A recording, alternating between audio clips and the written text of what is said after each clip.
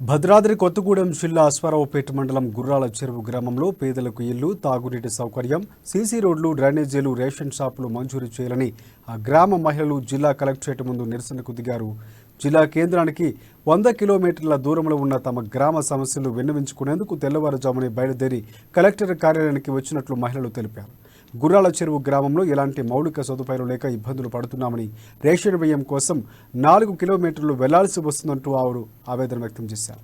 గ్రామంలోని పాఠశాల పరిస్థితి కూడా బాగలేదని, పెంచులు ఊడి పడిపోతుందని, తక్షణమే గ్రామానికి సీసీ రోడ్డు, డ్రైనేజీలు ఏర్పాటు చేయాలని, సురక్షిత తాగునీటి సౌకర్యం కల్పించాలని, రేషన్ షాపు మంజూరు చేయాలని, ప్రభుత్వ పాఠశాలలు అభివృద్ధి చేయాలని వారు పరిపాలనా అధికారికి విజ్ఞప్తి చేశారు.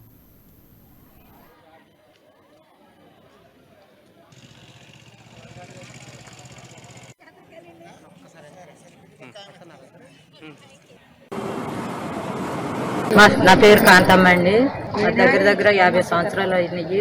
మా ఊరికైతే ఏమీ రాలేదు. ఇళ్ళు లేని వాళ్ళు ఉన్నారు, ఇళ్ళ స్థలాలు లేవండి. అవి డ్రైనేజ్ ఇళ్లలో ఉండ ఇళ్ళకు కూడా నీరు ఎక్కిపోయి వర్షాకాలం వస్తే నీరు ఇంట్లోకి వెళ్తుంది. ఆ నీళ్ళలోనే ఉంటున్నారు. ఇళ్ళు అయితే చుట్టిళ్ళు పడిపోయే పరిస్థితిలో ఉండయి. ఎవరు పట్టించుకునే వాళ్ళు లేరు. మరి మేము అధికారులు వచ్చినప్పుడు చెప్పినా గానీ ఎవరు మా ఇంకా చూసిన వాళ్ళు లేరు. పల్లెటూరు అని ఎవరు పట్టించుకోవట్లేదు. మాకు నీళ్ళు అయితే బురద నీళ్ళు. మరి ఆ బురద నీళ్ళే తాగుతున్నాం. తాగిన వాళ్ళకి ఏయోటి రోగాలు వస్తున్నాయి. రోగాలు వచ్చినాయి. ఇక హైసరాపేట వెళ్తున్నాం. ఏదో గవర్నమెంట్ హాస్పిటల్కి వెళ్ళి ఆ హాస్పిటల్లో చూపించుకుంటున్నాం. తగ్గిన వాళ్ళకి తగ్గుతున్నాయి, లేకుంటే పెద్ద హాస్పిటల్కి వెళ్తున్నాం.